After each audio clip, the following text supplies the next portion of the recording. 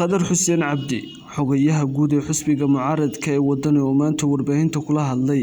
xarunta dhexe ee xisbiga mucaaradka ee wadani uu ku leeyahay magaalada Hargeysa ayaa waxa uu sheegay in magaalada Hargeysa ay hayso maamul xumo isagoona sheegay in dib u dhac weyn ka yimi magaalada taasi oo sabab uga dhigay wada xumada ka jirta magaalada Hargeysa isagoona dhaliilo kulkulul soo jeediyay golaha deegaanka ee Hargeysa mushkiladda haysata waa maamul xumo waxaan ognahay in dib u dhac weyn oo magaaladeena ka jiro haddaad eegto wadooyinka haddaad eegto nadaafadda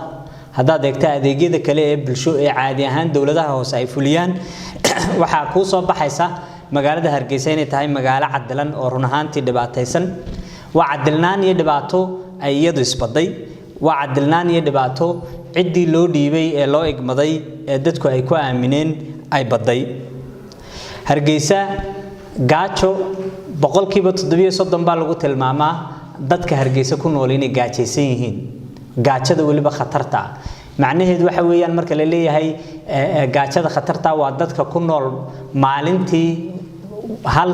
$1.25 wax ka yar ayaa gaajo loo yaqaanaa waxa run ahaantii aynu ognahay dadka reer Hargeysa inay cashuur bixiyaan oo ay cashuur bixiyayaal yihiin laakiin tii si cashuurtaasi aanay wixii ay mudnaayeen aan loogu qabanin waxyaabaha run ahaantii aad ka damqanaysa aad arkayso ee muujinaya qorshe xumada han la'aanta iyo hoggaan xumada waxa kamid ah wadada dhexe ee Hargeysa haddaad soo dhex marto subaxyada qaar subaxda hore aad soo marto waxaad arkaysaa askar baabuur iyo bureed sidata oo dad masaakiin ku tacadiyaysa waxa laga yaabaa aabbo ama hooyo 7 caruur gurigii kaga timi oo baahan oo faqrigaas la tacaalaya oo kaariyoono yar ku soo shaqo tagay in si arxan darra askari aan anshax iyo tababartoona lahayn uga daadiyo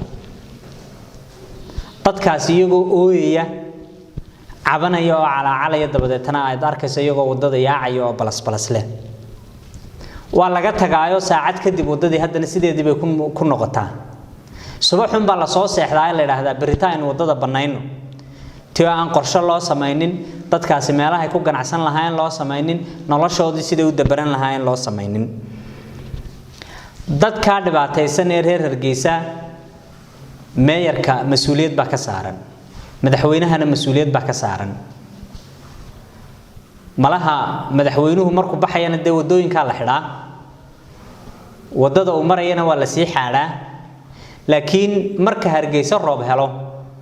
waxaad arkaysaa Hargeysa inaanay magaalo noloshu aad u adag tahay ay tahay oo kala xidhan dadku aanay isu socon karin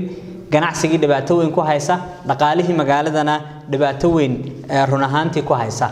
xashiishku markuu biyaha dhex galay oo dul fuulana cudurro ayaa ka dhasha oo ka dhalanaya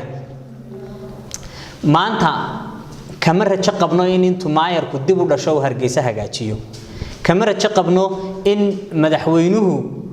uskeeno qorshe iyo balaan uu maayarkani ku shaqeeyo oo uu Hargeysa ku hagaajiyo kama rajo qabno dawladda hoose maanta joogta inay wax bedesho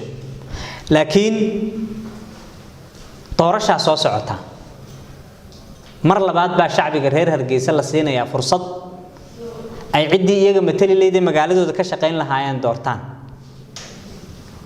hadhow intii aan ooy lahayn aan caban lahayn aan calaacali lahayn anta u meel dayno oo aan eegno oo aan ka fiirsano barbarayaan maalin dhaweyta tagay haddaad reer Hargeysa tahay oo aad barbara tagto wad hinaasaysa runtii sidaa weey Xamse Dabaare RTN TV Hargeysa